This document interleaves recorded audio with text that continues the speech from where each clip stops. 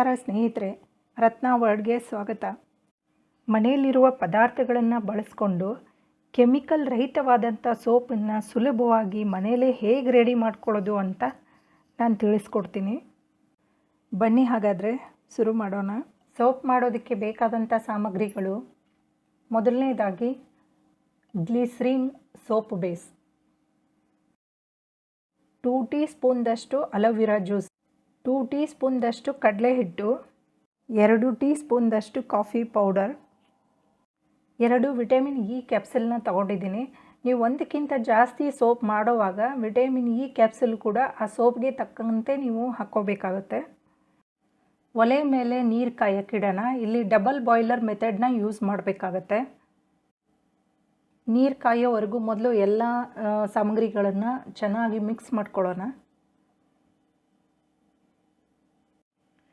ಮುಖಕ್ಕೆ ಕಡಲೆ ಹಿಟ್ಟಾಗಲಿ ಅಥವಾ ಕಾಫಿ ಪೌಡ್ರಿಂದ ಆಗಲಿ ಫೇಸ್ ಪ್ಯಾಕ್ ರೆಡಿ ಮಾಡಿಕೊಂಡು ಮುಖಕ್ಕೆ ಹಚ್ಕೊಂಡು ಗಂಟೆಗಟ್ಟಲೆ ಕಾಯುವಷ್ಟು ಸಮಯ ಯಾರಿಗಿರುತ್ತೆ ಹೇಳಿ? ಅದರ ಬದಲಾಗಿ ಈ ರೀತಿಯಾಗಿ ಹರ್ಬಲ್, ನಮಗೆ ನಮ್ಮ ಸ್ಕಿನ್ಗೆ ಹೊಂದಾಣಿಕೆ ಆಗುವಂಥ ಒಂದು ಹರ್ಬಲ್ ಪ್ರಾಡಕ್ಟ್ನ ನಾವು ಈ ರೀತಿ ಸೋಪ್ ಬೇಸ್ ಯೂಸ್ ಮಾಡಿಕೊಂಡು ನಾವೇ ರೆಡಿ ಮಾಡಿಕೊಂಡು ಅದನ್ನು ನಾವು ಸ್ನಾನಕ್ಕೆ ಬಳಸೋದ್ರಿಂದ ಸ್ಕಿನ್ ಕೂಡ ಚೆನ್ನಾಗಿ ವೈಟ್ ಆಗುತ್ತೆ, ಬ್ರೈಟ್ ಆಗುತ್ತೆ. ಜೊತೆಗೆ ಯಾವ ಕೆಮಿಕಲ್ ಕೂಡ ಇರೋದಿಲ್ಲ. ನೀರು ಚೆನ್ನಾಗಿ ಕಾದಿದೆ. ಇವಾಗ ಸೋಪ್ ಬೇಸ್ನ ಮೆಲ್ಟ್ ಮಾಡ್ಕೊಳ್ಳೋಣ. ಒಂದು ಸ್ಪೂನ್ನ ಸಹಾಯದಿಂದ ಮೆಲ್ಟ್ ಮಾಡ್ಕೊಳ್ಳೋಣ. ಒಂದು 2-3 ನಿಮಿಷದಲ್ಲಿ ಕಂಪ್ಲೀಟಾಗಿ ಮೆಲ್ಟ್ ಆಗುತ್ತೆ. ನೋಡಿ, ಕರಗ್ತಾ ಇದೆ. 300 ಗ್ರಾಮ್ನಷ್ಟು ಸೋಪ್ ಬೇಸ್ ಇದೆ. ಇದನ್ನು ಚಿಕ್ಕ ಚಿಕ್ಕ ಪೀಸ್ಗಳಲ್ಲಿ ಕಟ್ ಮಾಡಿ ಇಟ್ಟಿದ್ದೀನಿ. ಈ ಸೋಪ್ ಬೇಸ್ ನಿಮಗೆ ಆನ್ಲೈನಲ್ಲಿ ಕೂಡ ಸಿಗುತ್ತೆ.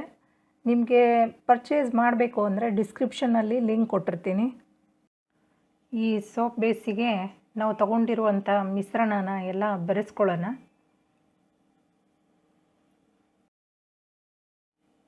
ಒಂದೆರಡು ಸೆಕೆಂಡು ಮತ್ತೆ ಒಲೆ ಮೇಲೆ ಇದನ್ನು ಚೆನ್ನಾಗಿ ಮಿಶ್ರಣವನ್ನು ಬೆರೆಸ್ಕೊಳ್ಳೋಣ. ನೋಡಿ, ಇವಾಗ ಮೋಲ್ಡ್ಗೆ ಹಾಕ್ತಾ ಇದ್ದೀನಿ. ಈಗ ಇದನ್ನು 1-2 ಗಂಟೆ ಹಾಗೆ ಬಿಟ್ಬಿಡೋಣ ತಣ್ಣಗಾಗೋದಕ್ಕೆ. ನೋಡಿ, ತಣ್ಣಗಾಗಿದೆ. ನೋಡಿ, ಕೈಗೂ ಕೂಡ ಅಂಟ್ಕೊಳ್ತಾ ಇಲ್ಲ. ನೋಡಿ ಎಷ್ಟು ಚೆನ್ನಾಗಿ ಬಂದಿದೆ ಅಂತ. ಸ್ನೇಹಿತರೆ, ಈ ವಿಡಿಯೋ ಇಷ್ಟ ಆದಲ್ಲಿ ಕಮೆಂಟ್ ಮಾಡಿ, ಶೇರ್ ಮಾಡಿ, ಹಾಗೆ ನನ್ನ ಚಾನಲ್ನ ಸಬ್ಸ್ಕ್ರೈಬ್ ಮಾಡಿ. ಧನ್ಯವಾದಗಳು.